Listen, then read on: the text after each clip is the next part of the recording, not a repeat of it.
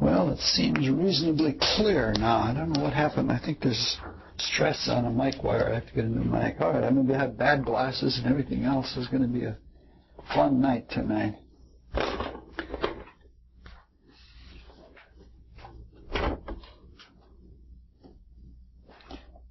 All right. Everybody ready? Just not ready. This is going to be sort of a transitional talk. It's our last talk for the year. And it's transitional between what we've been talking about all year, about the Garden of Eden story, and what we're going to talk about next year, which is a lot of dualism. Dualism, the most basic dualism being the dualism between good and evil. It'll be a light class tonight, and it finally has a story. In fact, it's a concatenation or an agglutination of all kinds of stories, very wild and fairly comprehensive. And it's all about the life and career of Prometheus. It may not be the most complete story around, but in modern times it's fairly comprehensive. I've gathered from a lot of sources, and we'll have all the Prometheus lore you'd ever want to have, I guess. So let's have some fun and make up for all kinds of stories. The pictures are down now because we're in a completely different realm, and we don't have any Prometheus pictures, but maybe when Tinny hears the tape, she'll get inspired, and next fall she'll bring us a few Prometheus pictures to look at. It would really be nice to do this through Aeschylus's play Prometheus Bound, and perhaps even Prometheus Unbound, if we'd have to give that one out of the ethers, though, I guess.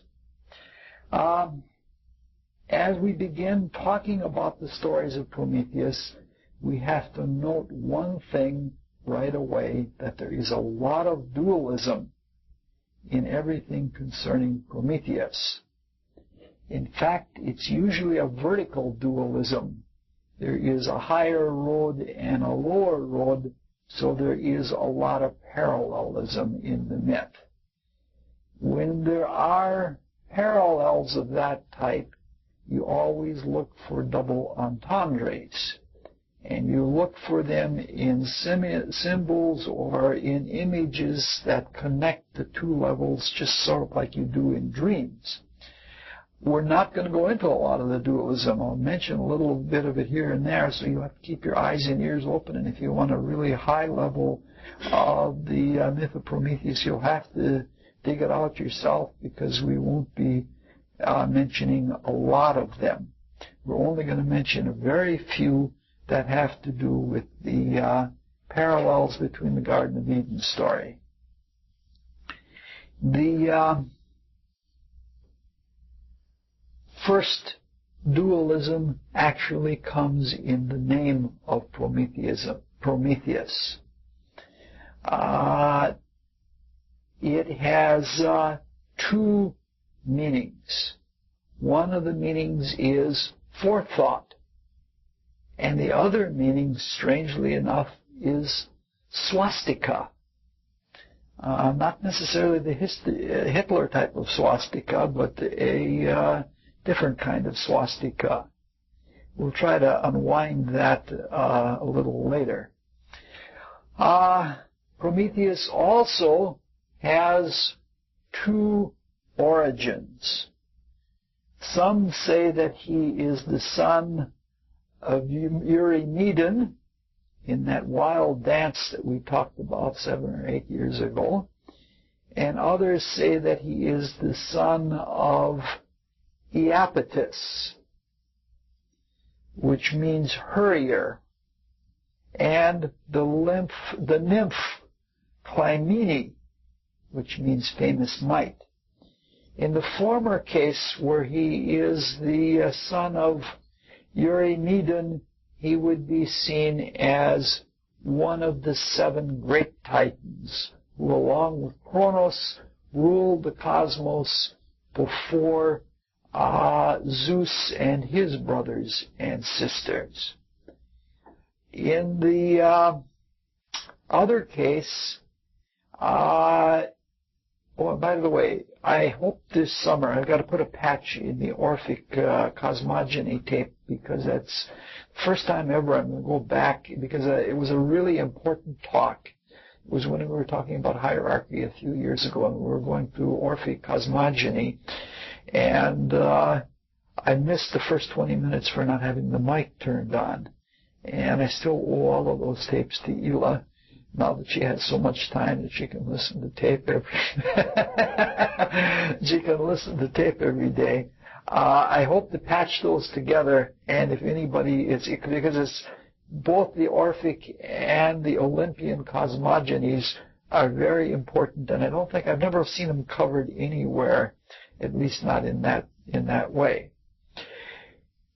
In this former case, where he is one of the 7 great titans, those titans were associated with the highest initiates of the archangels, and they function completely transcendently.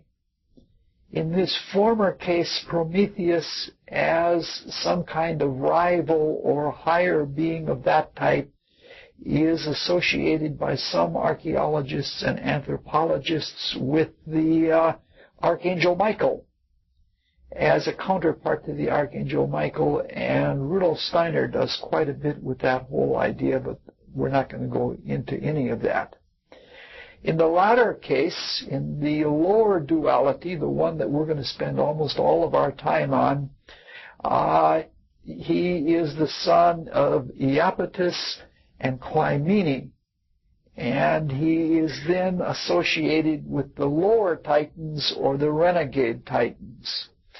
And we have noted several times in these talks that the lower titans, probably associated with even the ocean liner Titanic, are associated with the Lucifer spirits.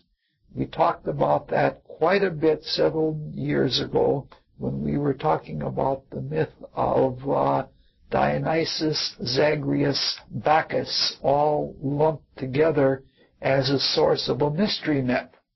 And we talked about the way that the gods tore apart the body of Zagreus, and how they had painted their faces white.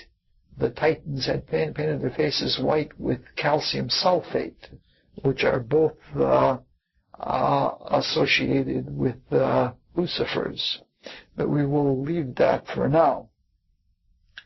We are going to follow mostly the lower Luciferic idea of Prometheus. But we have to remember that the myths are part of a universal language of the spiritual worlds. And some of the ideas flow back and forth between the different levels of the spiritual worlds much, much more subtly than geological strata do. So be very careful of looking at how some of these things flow into each other. Some of the ideas we're going to deal with are much higher. If there is any confusion, I recommend that you look to Rudolf Steiner for the higher levels, because he's done quite a bit with it. Prometheus is one of 4 brothers, and the brothers are all more likely in this series of stories the lower renegade Lucifers. The 4 brothers are Atlas, which means he who dares, or he who suffers. Prometheus, who represents either forethought or swastika. Epimetheus, which means afterthought and may also mean swastika. And Menoetus, which means defying fate or ruined strength. They're all pretty Luciferic names, in that they're all challengers, either of fate, and they're willing to dare and willing to suffer. The age of Prometheus and the other Lucifers is not really known.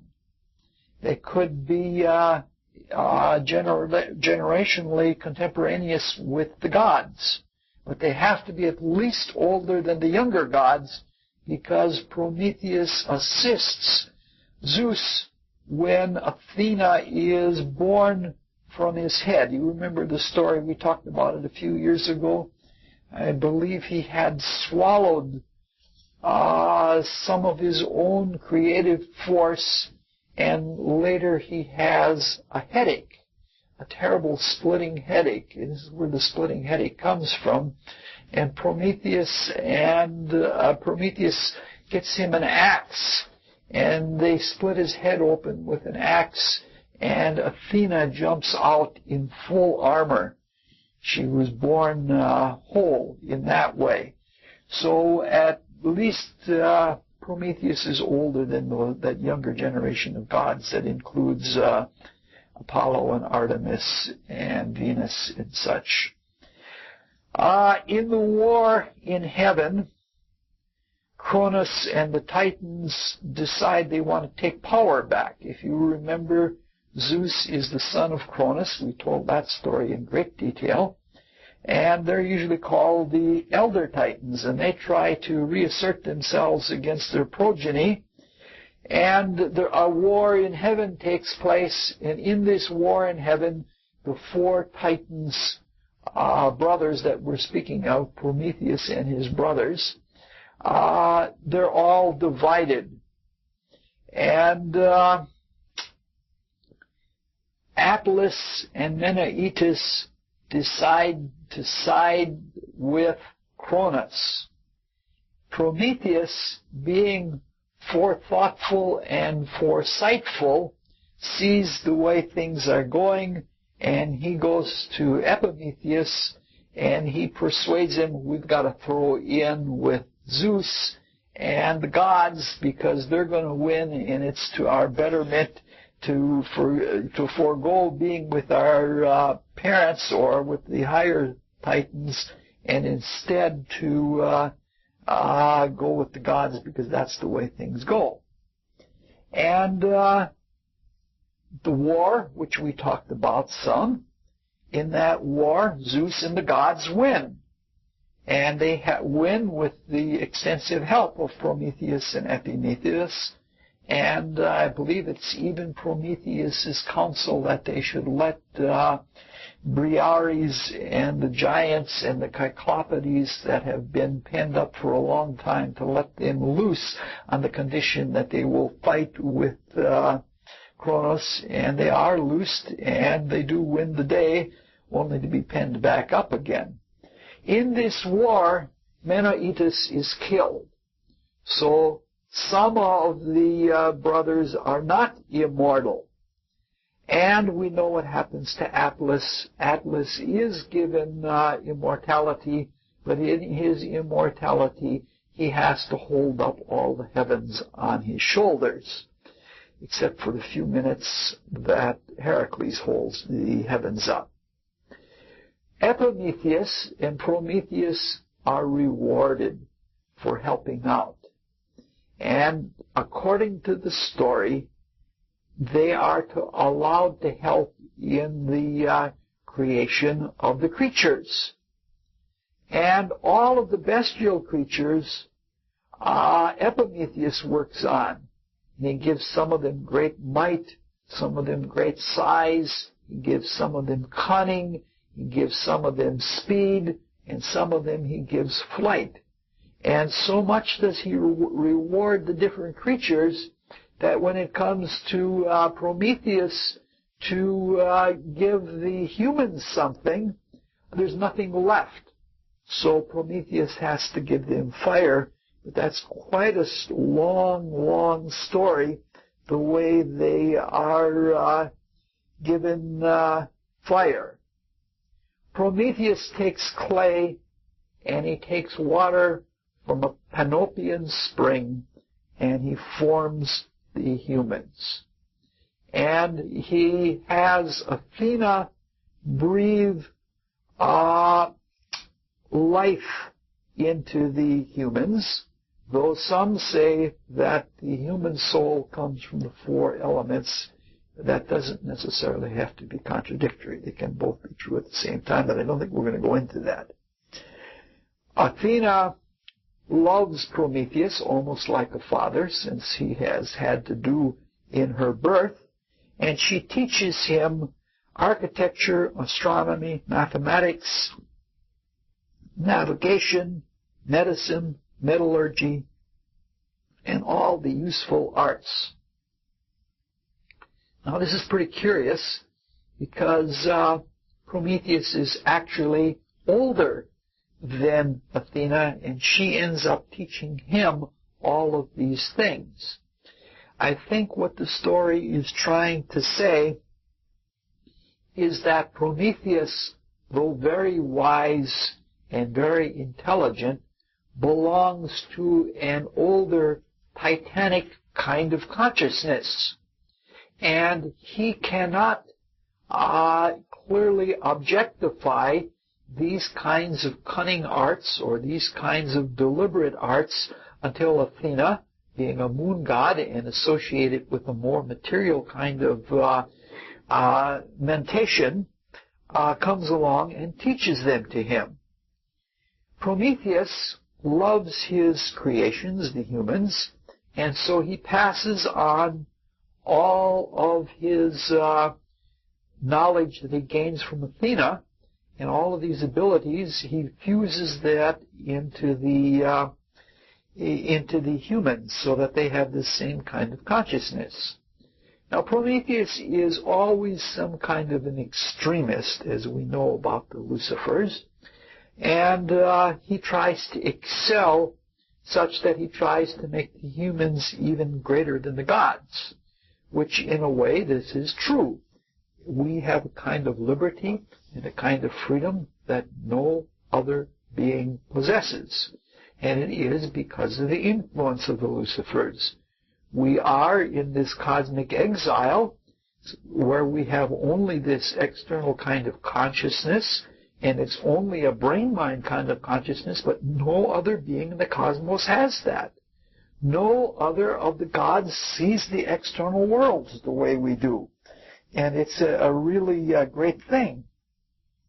But he's trying to make the human beings so great in their creative or in their scientific, probably magical abilities, that this gets the attention of Zeus, who is sort of like a stepbrother to Prometheus because they're both children of Titans. And Zeus, sensing the excellence of the work of Prometheus and the competition, becomes jealous. And in his jealousy, he decides that he wants to extirpate all of humanity as something that's dangerous to Olympus. Prometheus gets wind of it, and he has a long, very persuasive conversation with Zeus in which it is decided that humanity will be spared. Zeus's jealousy and anger continue to mount, though, and he still wants to extirpate humanity, and somewhere along the line he's mollified when it is decided that the humans will sacrifice animals to Zeus primarily and then to the other gods. The whole idea is that some of the essence of this external world of experience, which the gods can't experience any other way except in sexual relations with humans, which seem to be quite numerous in Greek mythology, and we talked a lot about that in the talks on Greek hierarchy. We talked about that from the viewpoint of Neoplatonism. But the whole idea is that if animals are sacrificed, humans have to give up something that is very dear and very important to them and very powerful for them. And when they're burned, the essence of the animal experience in the smoke and in the flavor of the smell, the odor will be taken up into heaven. And it's a much more pleasing way than if it is the smell of rot, which is the normal way. Because normally the idea is that the experiences of the animals, which we've talked about before, when they get left, when there is a letting of blood, and that goes right into the air, and the angels, and especially the angels working in the ethers, take all the pictures that are in it and they take it into heaven. The same is true that the experiences of plants day by day are taken, like when the sun sets, all the plants leave off their essences, and when they leave off their essences, the pictures that are their experience in the material world go up to the gods. But the animals were very special creatures. They were sort of divine beings, and their experiences were worth much more than plant experiences. And so when the animals were sacrificed and burned, that their experiences were taken and given up to the gods. So Zeus is mollified when he learns that humans will deliberately sacrifice animals. Now we have to put something in here as a sidelight. Up in front on the center island are 2 petitions, which I would like everybody to sign, because they are petitions against running bears with dogs and then killing them. Bears sleep about half of the year, and when they're awake, they get only 9. In order to practice their dogs, the hunters are allowed for 9 weeks to just run the bear ragged. And then the hunters are allowed to run 6, for each permit, they're allowed to run 6 dogs. And for each bear that runs the woods, there are 3 hunters. And if you take 3 hunters times 6 dogs, the bears are greatly outnumbered. Plus, the hunters are allowed to put out 15 gallons of bait so that the bears come there to eat. The bears are normally primarily vegetarian, eating mostly roots and berries and things like that. And then comes the hunting season. And in the hunting season, the hunters can run the bear down and then shoot them. And the bear live to 1/3 of their normal life. They barely get to be 3 years old, and they're almost all shot in all of this. So it's a very cruel practice. The other is about leg hole traps, those things that catch almost any kind of animal that you can think of. And there are some pictures of various different kinds of animals caught in leg hole traps. They're so cruel that some animals, if they get caught in a leg hole trap, rather than stay caught, will chew their own leg off. Almost every country in the world, including Uganda, which produced Idi Amin Dada, has banned the steel jaw trap. Wisconsin has recently taken the limit on the number of them that you can have off, so that if you want to put out 500 traps, you can put them out. So Wisconsin is not in the vanguard as far as cruelty to animals. And animals are divine beings, and there is no reason for this.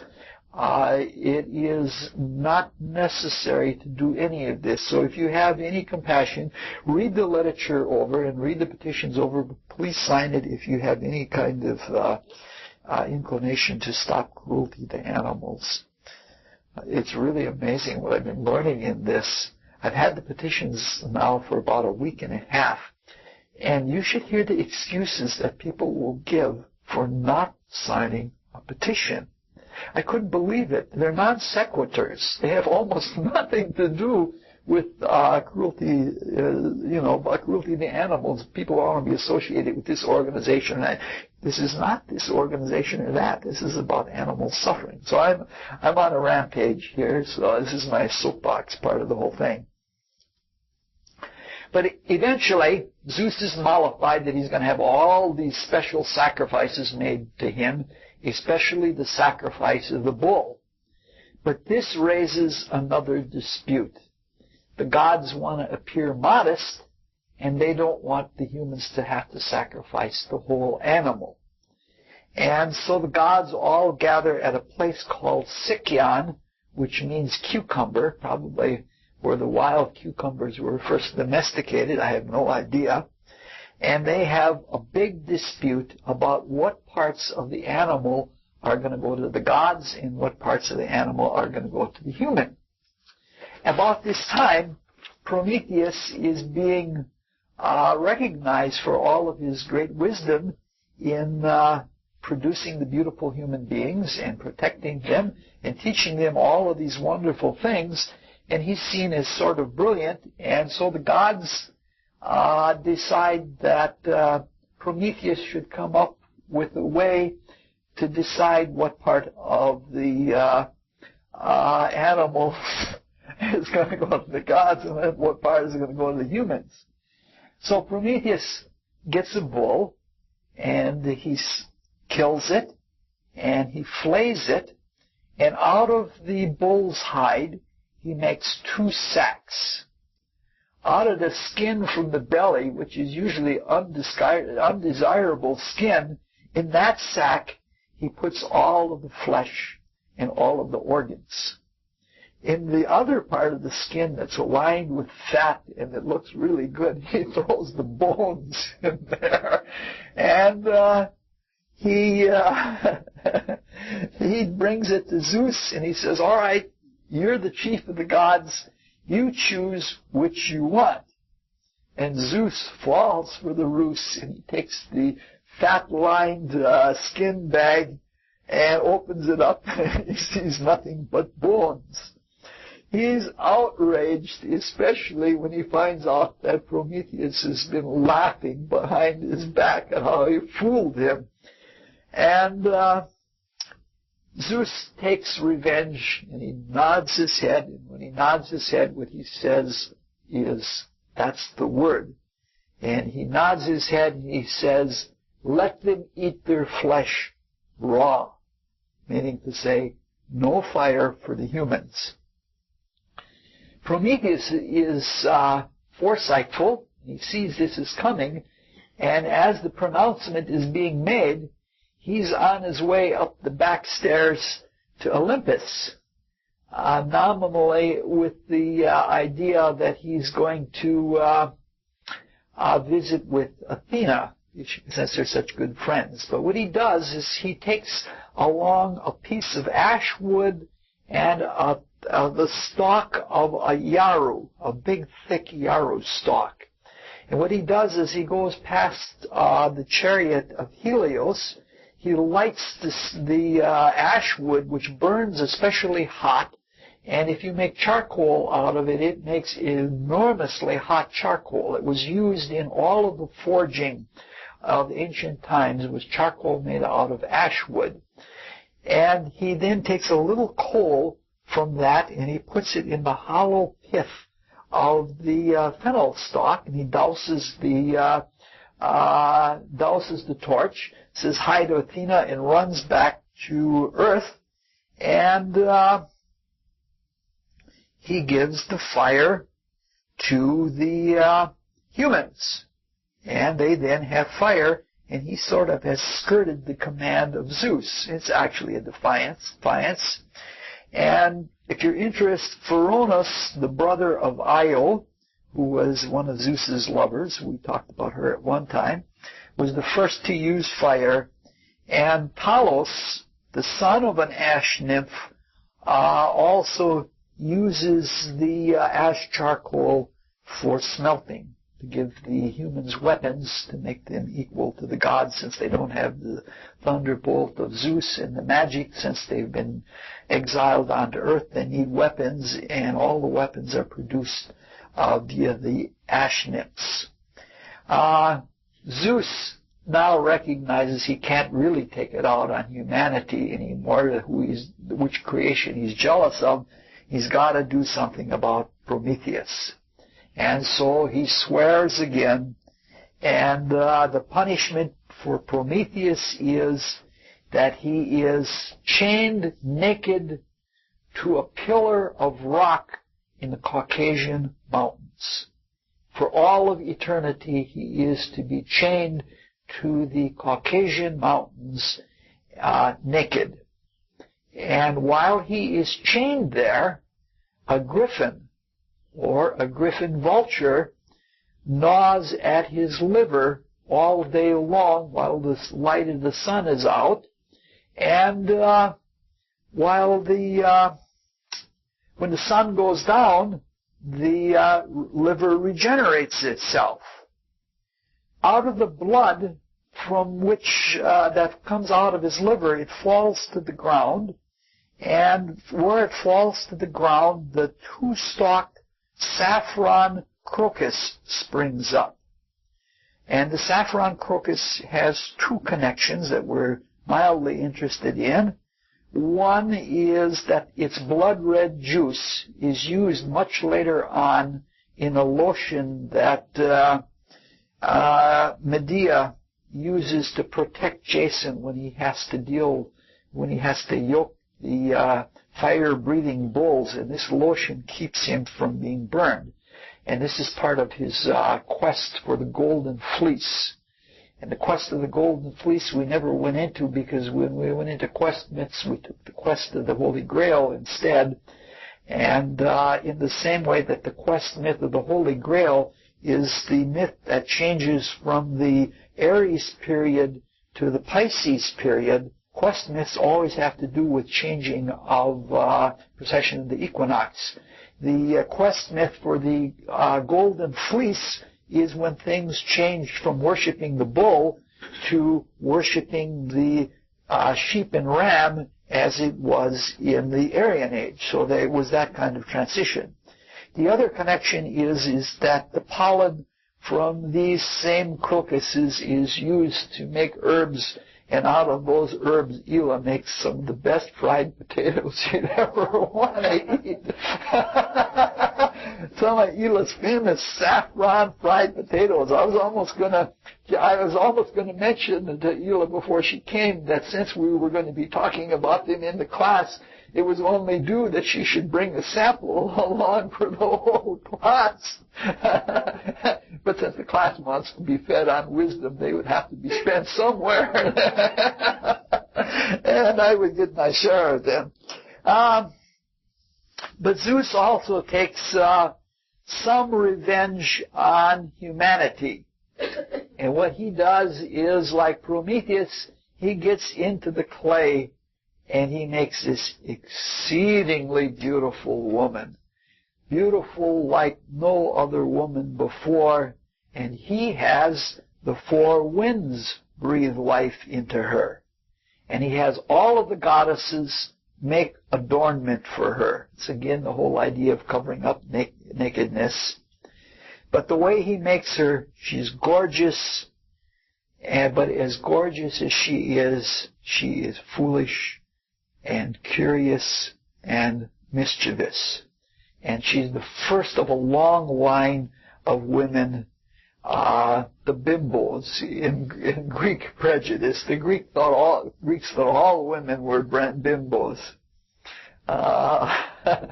She was probably a blonde, even though the Greeks at that time had golden blonde hair, more reddish gold. Anybody want to hear any blonde jokes? Huh? Yeah. I heard a blonde joke recently. It's actually a brunette joke. This brunette is walking down the street, and she's saying 88, 88, 88. She went right down the center of the street as though she's counting something.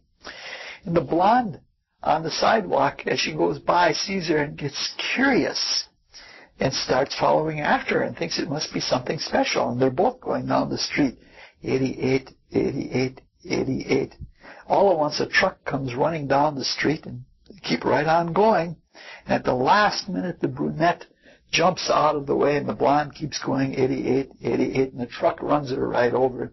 The truck goes away, and the brunette goes back to the center of the street, 89, 89.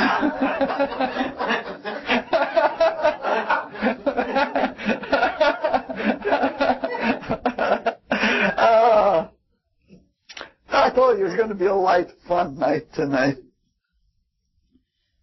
Zeus then takes this glamorous woman called Pandora and a box that has been made and sealed by Prometheus, and he offers them both to Epimetheus as a present, saying, this is just to show you that there are no hard feelings, even though I killed your brother Menelaus, and your brother Atlas has to be holding up the heavens, and your brother Prometheus is chained to the rocks. There's no hard feelings, so I'm giving you this most beautiful woman and this lovely little box. Epimetheus was warned a long time ago by Prometheus, never accept any gifts from Zeus. And so he refuses.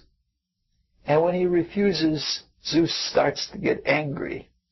And Epimetheus, looking at what has just happened to his brother, thinks the better of it.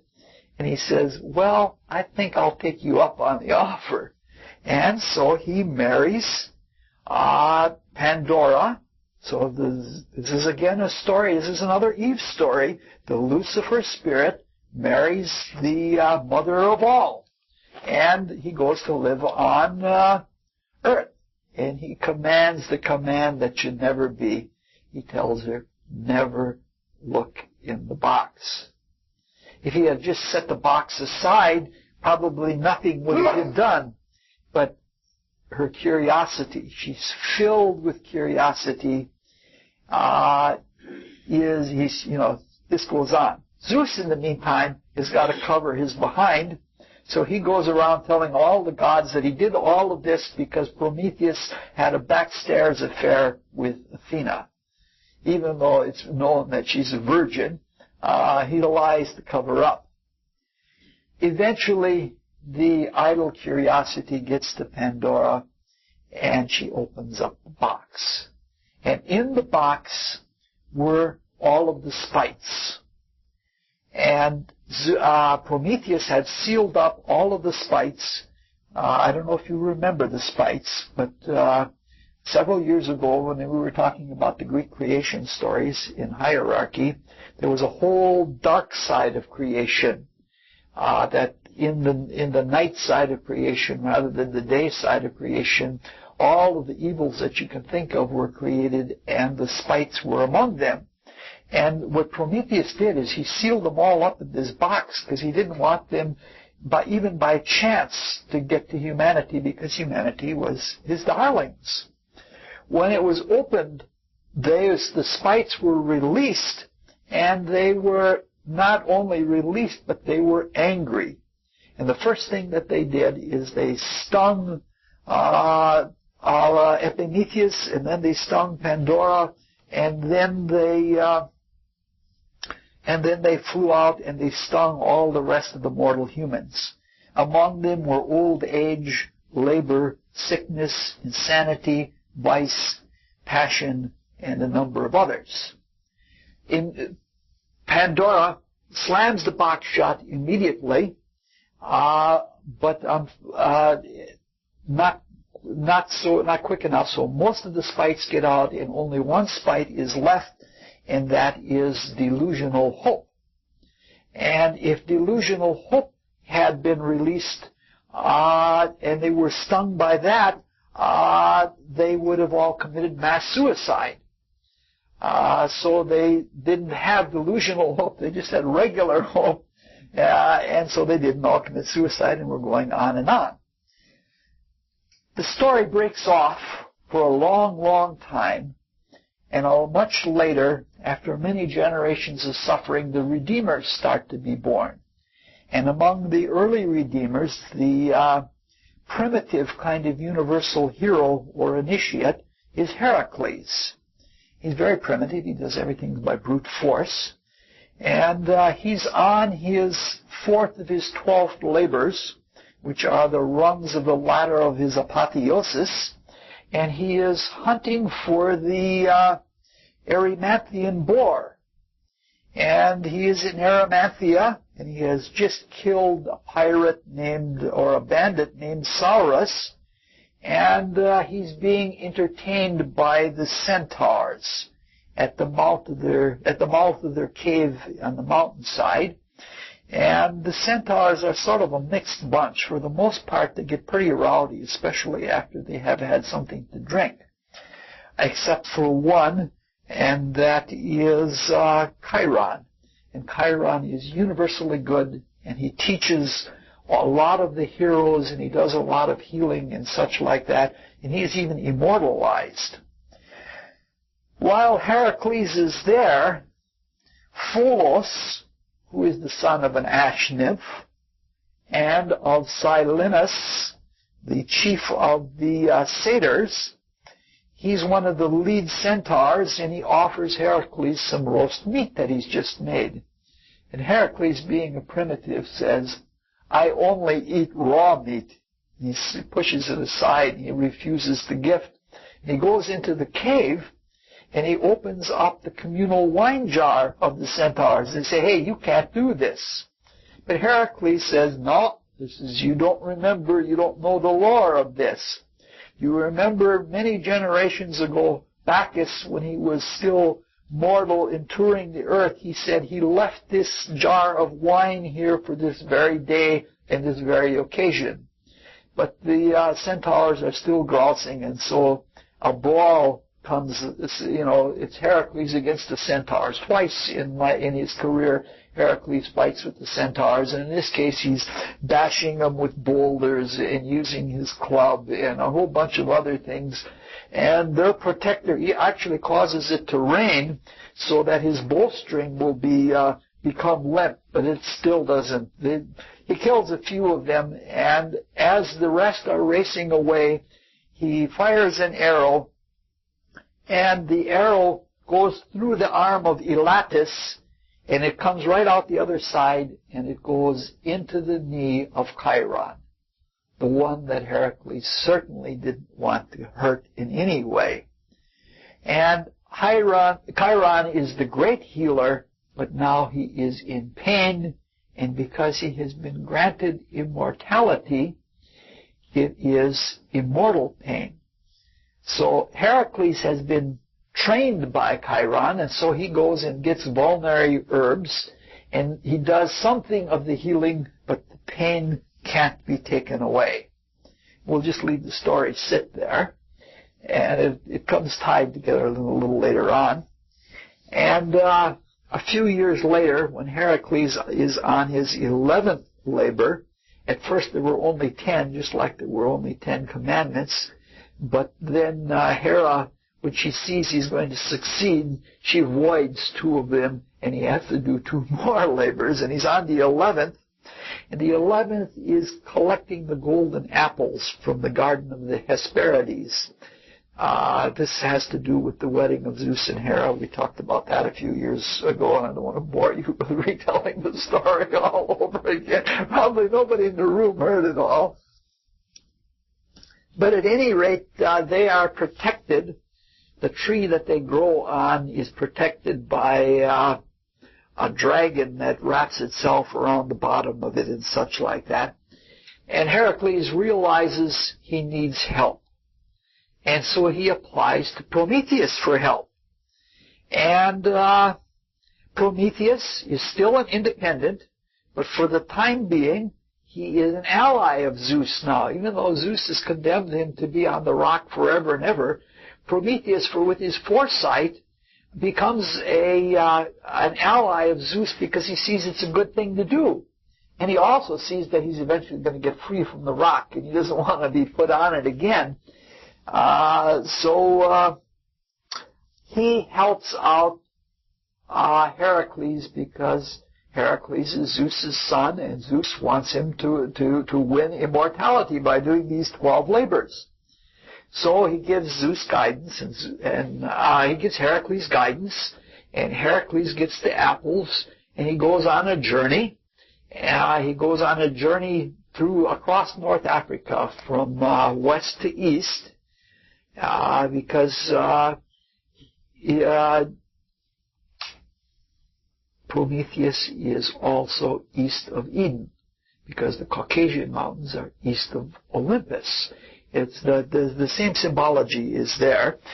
And Heracles goes through Egypt and traces his ancestors there and visits the kings there, and he eventually makes his way to the Caucasian mountains. My goodness, this is going slowly. It should have been popped by now. No, just a minute or two. I thought maybe when something doesn't work right, you begin to wonder whether it's completely wrong. By this time, by the time that Heracles comes to Prometheus, Prometheus has already been pardoned. He's been pardoned because he really saved the skin of Zeus. Zeus was going to have an affair with a human called Thetis, only he didn't know of the prophecy that if Thetis has a child, that child will be greater than her father. And Zeus, when Prometheus tells him this, he says, Zeus, look out, don't mess with that woman, because if she has a child, that child is going to overthrow you the same way that you overthrew Kronos. And so Zeus desists, and he doesn't mate with her. And so for this, he pardons Prometheus. However, he has made an eternal vow, and he has nodded his head, and therefore Prometheus is, even though he's been pardoned, he's still chained to the rocks. A very funny kind of pardon. But about this time, Prometheus comes up with an idea. He said, why don't we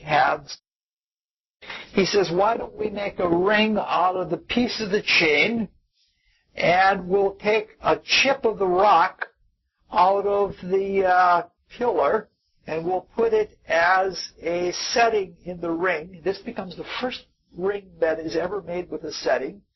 And Prometheus must always wear the ring, and he will still then always be chained to the Caucasus mountain. And Zeus is elated with the idea because his command hasn't been in any way countermanded, and there's been a way to. This is a really important symbol on many levels. But Prometheus has to keep one part of it, which he doesn't mind. It just means that he's free to run around now as long as he wears the ring, but he can't wear anything else because he's got to be naked when he's chained to the mountain. So he spends the rest of his career naked. Now Zeus was so overjoyed that he would have even given Prometheus immortality. However, in order to do that, unless he was born an immortal, somebody else would have to sacrifice their immortality. Prometheus gets the wild idea. He says, Chiron is suffering. I bet you Chiron would give up his immortality to not suffer immortally. And so Chiron is consulted, and Chiron says, yes. He says, I'm world weary because I'm part beast anyway, and this long life is bothering me. Even the pain isn't as bad as being this world weary. And so Chiron gives up his immortality so that Prometheus can have it. At this very moment, Heracles appears on the scene, and he sees the griffin vulture bothering Prometheus, and his heart goes off to Prometheus. And so what he does is he shoots an arrow. He shoots it with such force that the arrow catches fire, and it goes into the griffin vulture, and the griffin vulture expires immediately. And this is a singular incident because normally Heracles loved the vultures because the vultures never killed. They only ate things that were already dead. And for that reason, this is the only case where Heracles kills a vulture. But to this day, the people in vultures, being scorpion animals, are not liked by very many people. And to this day, the people in the Caucasian mountains go out with fire arrows and they burn the nests of griffin vultures, and it's continued on that way. But at any rate, it is dispatched, and Chiron dies, and Prometheus is given immortality, And Prometheus must always wear the ring, and all humanity must also always wear a ring ever after. And Prometheus and Heracles become buddies, and they eventually spend a lot of time in Olympus walking around together. And one of the other commandments is that Prometheus must always wear a willow wreath in his head, and Heracles must always wear an olive wreath.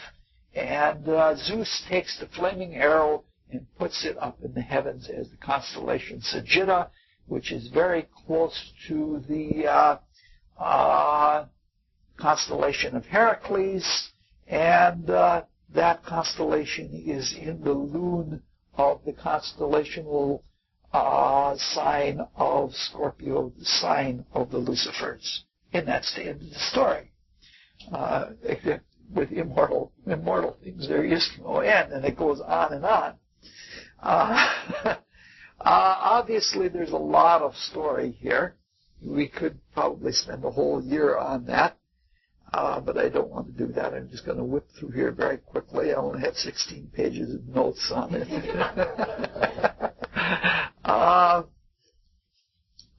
I just have a few simple things I'm going to say, and they're not going to be closely tied together. One of the incredible things that I want to say, seemingly incredible, that this story is virtually the same story as the Garden of Eden story with regard to the birth of evil. The viewpoint is different, but it is the same story. We've already noted the fact that Lucifers unite with the women, and that things are released, all of the evils are released. The only difference is they're released because of a disobedience, but we'll come to that in a little bit. So we'll jump around a little bit. That Prometheus helps Athena be born from the head of Zeus, and as a consequence, all of this practical knowledge or practical wisdom comes out of it, opens the whole idea or the whole value of the split of the Lucifers from the angels. Because clearly Zeus, representing the chief of the gods, is the same figure as Jehovah. That is the third member of the Trinity. If you follow the generations down, Uranus, Cronus, Zeus, that you have the third member is Jehovah, and that the Zeus-Jehovah figure are part of the same life wave that produced both the angels and the Lucifers. The whole brunt of this story is different than the Garden of Eden story, in that this one is not produced by Jehovah and the children of water. This is not by the darlings of the angels. This is a story that is produced by the children of fire. The Greeks, especially with their fire red hair or fire yellow red hair, and being in prominence in the age of Aries, were intently flaming fire-like. And so this gives you the same story, but from a different point of view. It's a little outrageous, but the children of fire have never been known for their moderation and temperance. All right. So, had the current angelic life wave been all like the angels in the moon period, things might have remained too watery, too passive. And we remember that they came into their own with the selfhood of the cosmos, with the generation of ideas. Therefore, whole-born ideas are universals, but they have a limitation within them. Those whole-born ideas, represented by Athena being born out of the head of Zeus, probably could not have developed in the way that they developed without the Luciferic schism. The Luciferic schism produced something of a division in the consciousness of the cosmos and the evolving life waves. And that helped then, because that whole idea, an idea is both universal like the spirit, but yet at the same time it's limited. And that the ability to divide ideas and to make unique selves and to make a unique God, so to speak, so that there is an individuality, the way for that, to some extent, was paved in its clarity by the schism of the Lucifers. And this is why Prometheus is instrumental in the splitting of the head of Zeus. And it was done at a great sacrifice because of it, there was a great punishment eventually of the Lucifers because they couldn't keep up, because they took their separative element and made it too separative, but there was a gain, and so like in a way there's a cosmic gain and loss. Now, in this story that we just looked at, we talked about a war in heaven.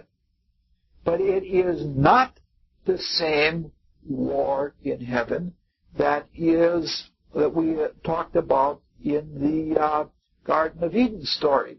It is not the fire angels versus the water angels, and the water angels being willing to have the complete experience. It's not that war at all. It is a war that takes place in every life wave, and that is taking place in humanity right now. Kronos wanted to reassert himself, meaning to say that in a stage of the cycle there was an inclination for a creative force to reassert itself. And that means that freedom, creativity, and freedom all go side by side, that the freedom had to be won. In the same way that Kronos had to castrate his father Uranus in order to have the power that he had in order to take over on his own, Zeus had to pen up Kronos. Otherwise, he could not have asserted his creativity. There is always a tendency of creativity to extend itself into the creations. And when those creatures themselves become creators, part of that is accomplished by cutting off the creativity of those that have come before, because it would dwarf them otherwise. You know what I'm trying to say? The influence of parents can sometimes, especially if a parent is exceedingly strong and powerful, if that influence is too strong, the child doesn't come into its own. And so there are perpetual wars as we are coming into our own creativity. We have a double war to fight. We have to become free creators in our own, shutting off too much influence of the gods, even though they've given us everything that we have. We have to extricate, or we have to throw them out. We have to take their influence out of us and change it into our own creativity. And at the same time, we have to free ourselves from the undue influence of the Lucifers, because the Lucifers had an extremely strong influence on us. So this is the same thing that we're going right now.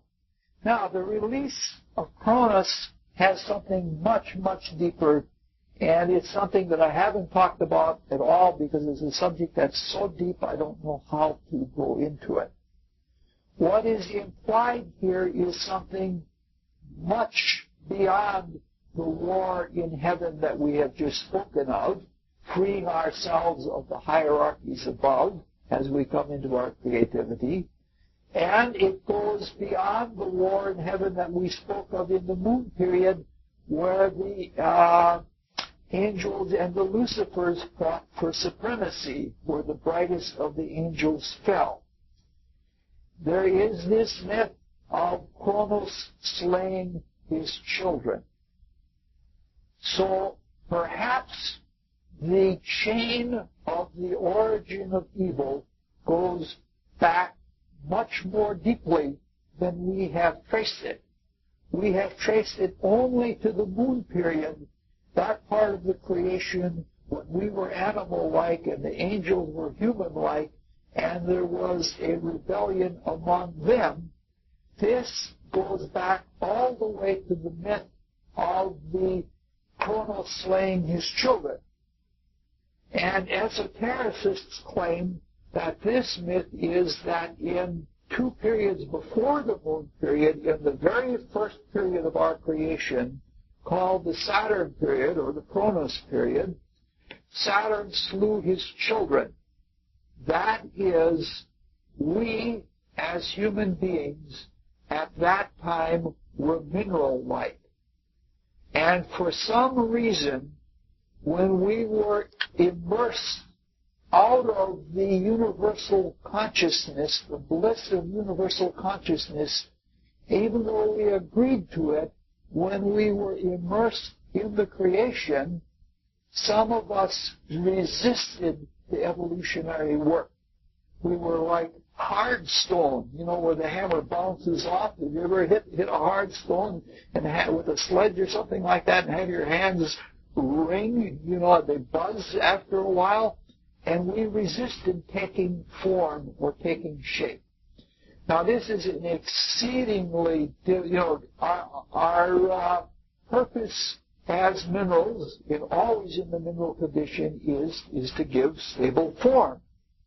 That is to, like the minerals right now, all the plants, animals, and humans rely on the minerals for a stable form. The question that I don't know how to answer, and it's one that we can all ponder maybe for the rest of our lives or for a few succeeding lives, is if we were as deeply unconscious as a stone, which is deeper than the deepest trance, and if we at that point had no self-conscious freedom, how could we over-resist? How could we be held culpable? It's something I don't understand, and so what I'm trying to say is that we'll probably have to look at it in a deeper way, in a much more cosmic way, but I'm saying that there is a mystery about the origin of evil that is so deep and so far-reaching, going right back to the very beginning of the creation, that I don't have an answer to, and it doesn't make any sense to me. But that may be because I have too much of an earthly luciferic mind. But it's something to think about. So, maybe we had something like a para freedom or something like that. Getting back to our story, the Lucifers with their forethought is a very, very beautiful notion. There are two kinds of swastikas that turn two different directions. The swastika that turns this way is the swastika of divine fortune.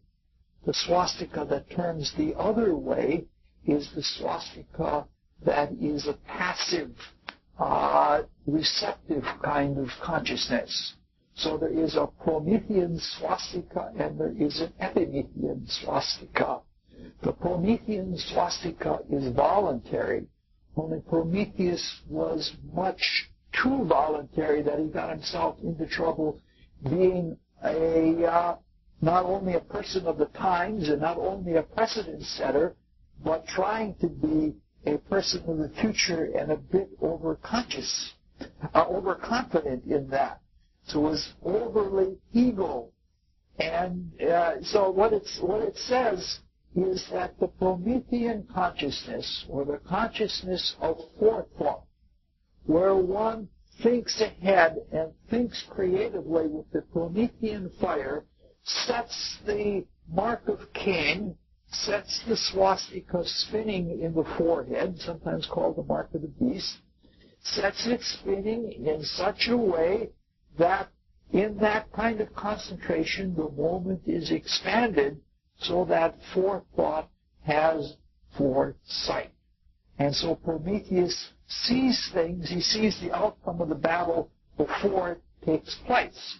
And his seeing of it is not just a presentment of this what's going to happen, it's a very intelligent foresight. He sees why, he sees the lay of the land, and he sees what's going to happen. Okay. I won't talk very much about all the virtues being given to the animals and poor human beings only getting fired, because that pretty much speaks for itself. This is obviously not just physical fire. The stalk is probably the spine, the yarrow stalk, and the fire in the spine is the creative fire. It is a fire of desire. It is a fire of spiritual creation. It's a matter of intelligence. This is clearly, the story is very, very pro-Luciferic, because Prometheus is honored and for standing up to his brother Zeus Jehovah, because they're stepbrothers, but he really stands up to him. Now, there's one of the problems about duality. We're going to spend a lot of time probably in the next year, unless I get some other fetched notion, we're going to spend a lot of time talking about dualism, because good and evil is one of the primary dualism, is this whole question of how the story is told. Is Zeus Jehovah capable of jealousy and pride and wrath, or is it just a projection? Obviously, it's just a projection. But if you take the question one step further and you ask then, are the Lucifers capable of projection, or does the projection exist in us? I tend to think that a little of both is true.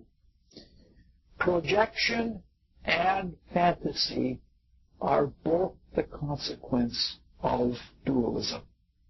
A dualism that is born when one tries to live in the moment, in the now, and in the one case, if one projects too hard into the future and tries too much to be into the future, it hardens the future even more than a precedent. So that is the consciousness. If you can't do it yourself, your frustrated energy then becomes an externalized projection. And so the whole psychology of projection is a consequence of not living in time, in the moment. But if you try to force things, and with your frustrated energy, you take what is in yourself and you project it outward. However, if you don't meet the moment and you go back the other way, then the energy becomes passive fantasy. Because in the difference between passive fantasy and creative imagination is that creative imagination gets worked out. Passive fantasy does not get worked out, and it is intended. It is to be a compensation for something that you're not doing by staying in the times. Like people who turn inward and do not meet the world and do not go forward are filled with fantasy. So that there is a big, very often it's a fear of meeting the world, and the fear results in fantasy, or fantasy results in fear. If you want something to not take place, all you have to do is fantasize about it. You fantasize and fantasize and fantasize. You make so many fear barriers that you can't possibly do it. However, if you set yourself assiduously to a creative imagination. So what I'm trying to say is that the whole process, when we're talking about the story itself, Zeus being jealous or the Lucifers being jealous, we're talking about this whole process. The negativity of the, first of all, the Lucifers got us to project by desire, by having us jump the gun. And that hardened everything into the material world that produced the dualism. But they did this by appealing to our passive side in fantasy pictures that had not reality given to Eve or given to Pandora, and so that the whole dualism of psychological consciousness that is unhealthy in the psychological sense, as well as the moral duality that we have about trying to determine what is good and evil and what are the two types of evil, fearfully not doing something or fearlessly doing too much with great temerity, that whole process is a result of not meeting the moment correctly. And so when we look at the story, it looks like a story that's filled with jealous gods, and people laugh. How could people believe something so stupid like that? But when you tell a story, you're actually living out things that are in yourself. And when the Greek myths were written down, and they're written down with jealousies and angers and things like that, anger is just an unfulfilled creative energy. And so it gets projected, and it gets projected so that one has a fantasy inwards, and in that they can live in the lovely image of that fantasy while at the same time projecting their own negativity outwards and saying, well, it's on somebody else and it's not on me, it's on the gods, I'm not responsible. So, as a consequence, this kind of duality requires sacrifice. And it means sacrificing from our egoism. Because our egoism, as we can see, the true ego and even the separated false ego are a consequence of that Luciferic kind of schism that we saw back in the moon period.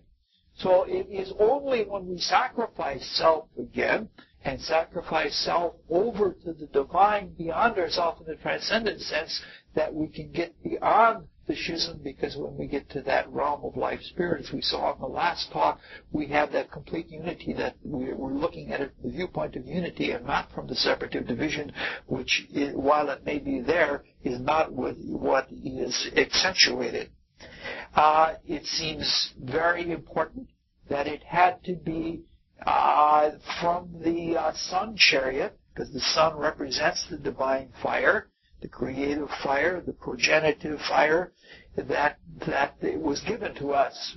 To this day yet, astrologically, the sun is the symbol of self and the way that we look at ourselves. I won't go into the ash nymphs. We went into that several years ago a little bit, but they're called the Melani, and they come out of this great hierarchical tree, and I still never had a chance to build that multidimensional chart with who's related to who, but I will, hopefully, if I get to retire in a year or so, I'll get it on a computer and I'll be able to make it and print it out in pieces and tape it all together, and we'll put it up on the wall sometime, and we'll have all kinds of connection. But it has to do with the positive use, the glowing use, not the flaming use, but the positive glowing use. The difference between a charcoal fire and a flame fire is that a charcoal fire doesn't spend all of its energy in all that pretty flame. The pretty flame is Aries-like, and it's beautiful, but it doesn't accomplish much. It's like a paper fire. It burns and it's out. But an ash fire is like a charcoal fire. It's a glowing fire. It's a leonine fire, and that fire which has the heat, and the heat that can accomplish things. And so the ash nymphs were the ash mysteries were mysteries of the fire, and they were mysteries of I don't know how you call it, the straight arrow kind of way of doing things. Prometheus is bound to rock.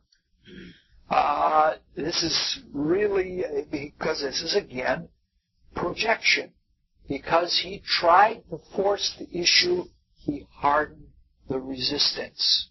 And because he did so by the desire for creative fire, the Lucifers harden the material world. We mentioned last time that this may have been a compensation for not taking water the fire had to take on earth. But this brings on an even deeper thing, thinking along the lines that we did earlier, that maybe the whole chain of evil did not begin with Lucifer, but really began back in the Saturn period, and in the same way that we said earlier that sexuality wasn't the first sin, nor the aggressive use of sexuality, but the selfishness that was behind it, maybe even in a cosmic sense, that the origin of evil goes all the way back to the Saturn period, and the negation of Saturn saying no when the whole cosmos is saying yes, or when the divine creation is saying a great big cosmic yes, when we as humans in some selfish way said no, and manifest the quality of the Kronos-Saturn period at the beginning of creation by resisting. Maybe that was the origin of evil, and the underlying selfishness goes back that far. But that brings out a really interesting thing. I believe that if we look at the cosmos, or the creation of the cosmos, it is like listening to a grand symphony of music that would have shifting colors all the time. And so that as a theme develops and other themes are added to it and it goes through changes, the whole cosmos has a mood, like the Saturn period, the Sun period, the Moon period, our Earth period, and that there's a constantly shifting mood. It means then that this mood can be varied by the agencies that are taking place in the creation. And because everything became too subdued by the resistance of the mineral kingdom in the Saturn period, the action of the Lucifers two periods later in the Moon period was a necessary, perhaps overdone, compensation, so that one fault of the cosmos led to a compensatory fault of the cosmos. It would be that I believe that if one had a large enough consciousness and one could understand the archetypal view of the way the creation was supposed to proceed, that seeing the deviation in the Saturn period and later in the Moon and Earth periods would be like seeing a radical conductor interpreting the symphony in a different way, so that actually it turns out to be a beautiful manifestation, but maybe it wasn't the intended manifestation, but it's so perfect that it comes out beautiful anyway, but there is a variation of the way the theme develops. Prometheus, when he acts in a causal way. That's what separation and what dualism means. Cause and consequence are separated from each other, and this means that they are bound together in a dualistic way, like the links of a chain. So he is chained to the rock, the hardened resistance to desire. Desire hardens. He's chained to that by the link of cause and consequence. And since it was an initial intense cosmic cause, it had an immortal kind of chaining or tying him to it. The fact that it is his liver that is chewed on shows very much that it is a desire connection that brings him into the earth in the way that he is. It's clearly a fireling story the way it is told, especially that Prometheus has so much to do with our formation, more than Zeus. You know, like the important things to the firelings are the sciences and the arts, and those are the things that were taught by Prometheus. So it's an interpretation that is a lot. You know, reading the Garden of Eden version that we just looked at before, the descendants of Cain producing agriculture and all of the arts and such, like the descendants of Prometheus did, or actually through Epimetheus, there it's sort of an afterthought saying, well, we can't have heaven, so we might just well do this, almost spiteful. Here it's all the good things that are given to humanity are given by Lucifer or given by Prometheus. And that's pretty good. That's true. It's a pure masculinist point of view, and that's what the fire side is like. Now, it's clear that since the fall, and since Lucifer was thrown down into the pit of earth and Prometheus is chained to the rock, since then, we as human beings are wedded to the Promethean line through Epimetheus. And that's just what our consciousness is. We have to learn everything by hard experience. I did a dum-dum there, and now I'm paying for it. And so the story is very beautiful in showing that we learn by afterthought and afterthought and afterthought because we've lost forethought by blowing it all in one grand desire for the material kind of consciousness. And we will gain insightful forethoughtfulness when we again come to a greater degree of sacrifice and when we again temper ourselves. So we're led into blind experience. In this case, it's really interesting. It's so Luciferic, this point of view, that even Zeus is seen not only as the jealous one, but Zeus is seen as the tempter. That he is the one that created the bimbo that caused it all. It's very, and also this view is so masculine that it would have the whole notion of curiosity and receptivity and all of that. It would have those as being the original sin and not the preemptive jumping of the gun. See, there's a big difference because the Greek view is a Jupiter view, and it's broad and expansive and it's fiery. The fiery element in ancient mystical astrology was ruled by Jupiter. That is, all of the fiery signs all together. Whereas the Jewish version in the Bible is a Saturnine version, and it's much more cautious, and it has a different view of things. If we look at the spites are exactly the same things that we have seen in the Garden of Eden story. The first one that was released was old age. And it was clear that when we were driven out of the Garden of Eden, the cherubim were put there with flaming swords so that we wouldn't get at the tree of life. Meaning to say that we wouldn't live immortally. Because if we lived immortally with that low degree of consciousness from those imperfect physical bodies that we had at that time, it would have been a disaster. So here, it's saying the same thing by saying that old age was released. Where the Bible says, by the sweat of thy brow thou shalt gain thy living. And here it says labor was released. And both agree that sickness was a consequence, and sickness is part of the fall. We didn't. It wasn't said in the Bible version, but it's saying that lies and untruth lead toward insanity, and insanity was one of the spites that was let loose. And clearly, all of the vices and the passions were part of it. So the big difference is how they are looked at, and they were looked at in a fiery way. It's an interesting thing. I'm trying to whip through here really quickly because I don't want this to be too long.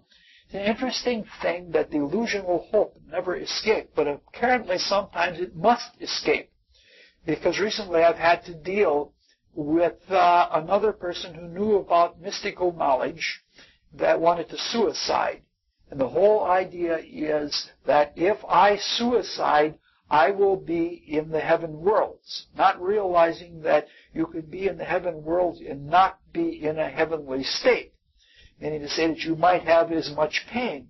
And so there is a delusional kind of hope that if it had been released, people would have foregone their physical experience, and we never would have carried out our thoughts, and we would have constantly committed suicide saying, it's only the body anyway. The spiritual worlds are what is really true. We have this hope that we can be with the gods, and therefore we'll commit suicide en masse.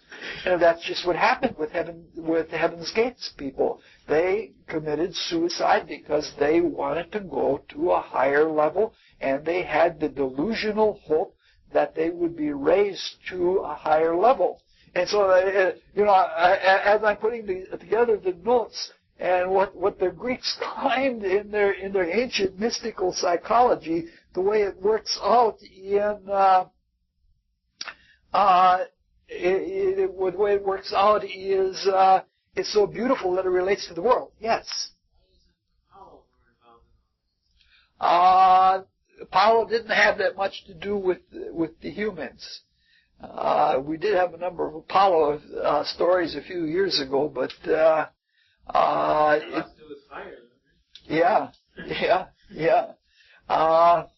All right. Also, there is the delusional hope that I don't need to learn from all this suffering. It's sort of the opposite idea of coitus interruptus. Coitus interruptus is I can have the pleasure of an activity without having to have the consequences of it. And this is a different version of it. Why do I have to have the suffering? I can learn without having to have the suffering. I'm better than having to suffer. When all of the redeemers, Heracles included, but most notably Christ, took on suffering, necessary or not. And the redemption is not in foregoing suffering, it is in taking on suffering and passing through it and outgrowing it that way. The centaurs obviously represent this transition of a very early humanity from a part bestial state to a human state of aspiration. In that early time, the heroes were more like Mars than like Mercury. The earliest heroes are like Heracles, who is more of a thug. He wins by choking or clubbing people over the head or something like that. Whereas the later heroes are like Odysseus.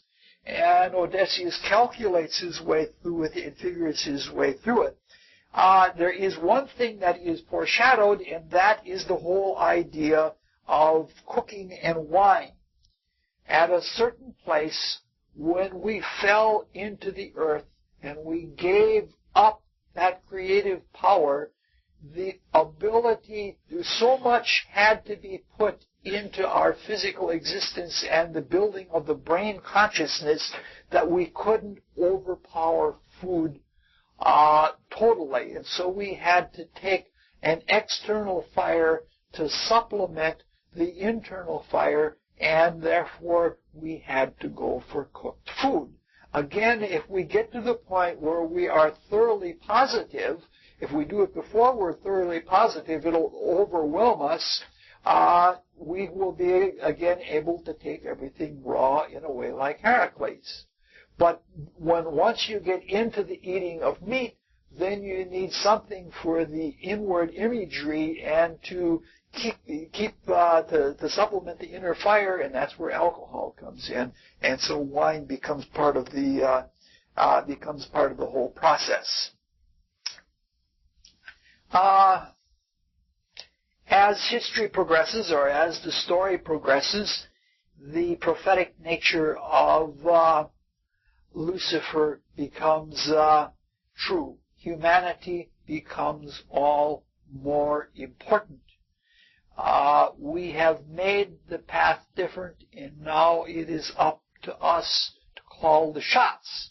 And to some extent, it takes a human being like Heracles to liberate Prometheus. So we have the same thing that we had from the biblical story, that the liberation of the Lucifers comes through our deeds.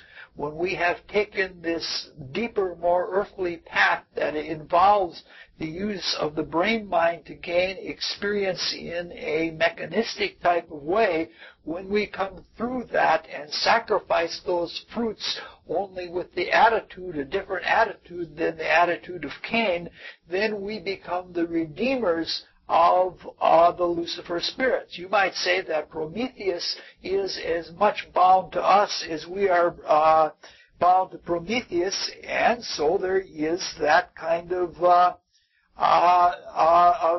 connection. The ring is obviously through the earth, through the redemption of the stone of the earth, through the crystallification of it, in the same way that Hiram of Abiff tried to take all the minerals and turn them into one beautiful crystal. That is, our work is to take and crystallify all of the mineral kingdom. And by having our ego consciousness, we said originally that our ego consciousness is connected through the thinking mind with the material world. Because the concrete mind, the false and true self, and materialism were all born in the same cosmic moment. And so the ring of self has set in it the stone of the earth. And that ever after, even if we, with Prometheus, go into the spiritual worlds and walk about naked and without shame, unlike the shame that Adam and Eve had, we will do so because we have taken the stone and turned it into its crystalline state, which is the closest that something can come to being resistless to the etheric forces. But this is not accomplished by fire alone, because Prometheus and humanity all had to, beside wearing the adamantine ring of ego, had to wear the crown of willows. Right now, our crown of willows is that we are so worrisome in the world that we all have to take aspirin, which is made out of willows. But willows are obviously the most watery of all of the trees. They grow sometimes right in water, and they're filled with the life force. Like if you want oxen, if you want to take a branch of a pear tree, for example, and sprout it, if you put it in water where willows have been soaked in, there's oxen in there, and it'll take root more easily. But the willows represent the watery force, which is the balance. It represents the imagination, so that together with projecting the fiery arrow into the heavens and destroying the gnawing desires that we have, if we take on the crown of willows and become more accepting and using the imagination in a positive way, that is how the redemption takes place. That's about all I have to say. Next year we'll try to look at the origin of evil in different ways and look at a lot of dualism at the same time. And I'm almost tempted the year after to go back into myths of time and space, only actually do them in myths, and look at the Hindu directions and the gods that rule them. And I want to go back and look at Perseus myth, because there's one way that I've wanted to talk about it, but I've never had a chance to talk about it before, and I want to talk about it in terms of time and space, and tie time and space together in the stars, and maybe that'll be the next 2 years' worth of activity.